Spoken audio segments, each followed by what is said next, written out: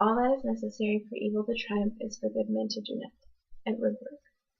As I've said before, I'm planning on being a social worker after I graduate from college.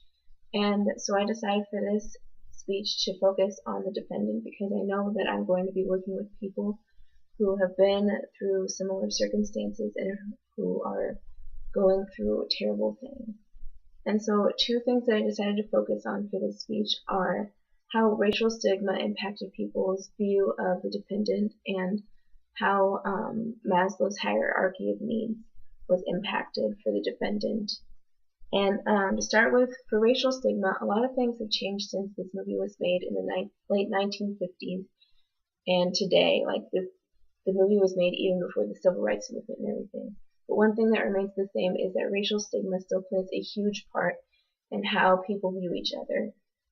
Two ways that was made very obvious in this movie was how the woman said that she saw the defendant murder his father through a window, even though she knew that she wasn't wearing her glasses and she couldn't see them.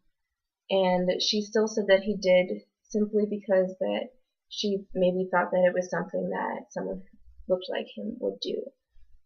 Another thing was the older man who said that he saw the defendant run away and heard the defendant say that he was going to kill his father. Knew also that he did not hear that because there was a train, and also did not see that because there was no way that he could have gotten from where he was sitting to the door to see the defendant run past.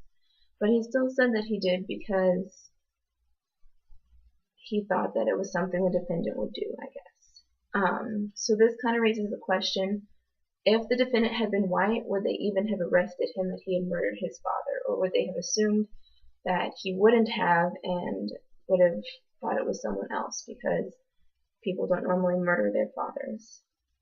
Another way that I looked at this was through Maslow's hierarchy of needs.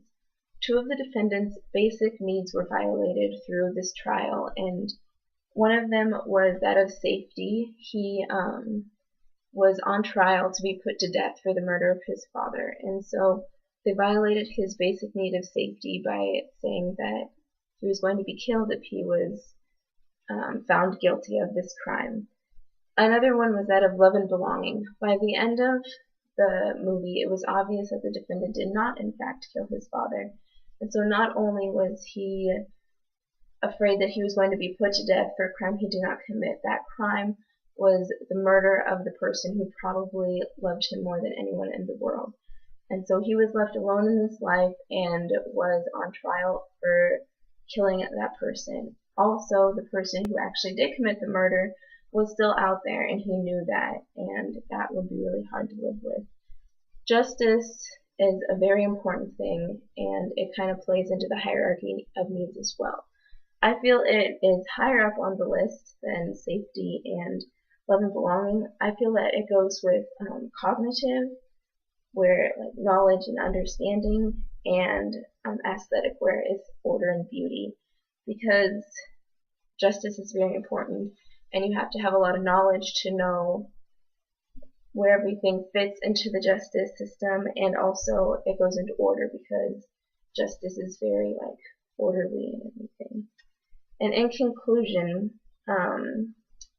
racial stigma is still a huge problem in the society, and that we really need to like work on how we view people even today, and that we can't just accept things people say about people from another race because of stigma and prejudice that we have against them. Also, we need to be sure that we understand like Maslow's hierarchy of needs, and that other like basic needs need to be met for people before we just assume the worst of them. Like if they had told the boy like that he wasn't the first suspect for his father's murder, he maybe could have been more influential. In the end, the most important thing I would have to say is don't ever accept what people say just because they say it and you think that it could like maybe be true. Question what people say and find the truth, seek the truth, and don't just accept everything people say as fact. Thank you.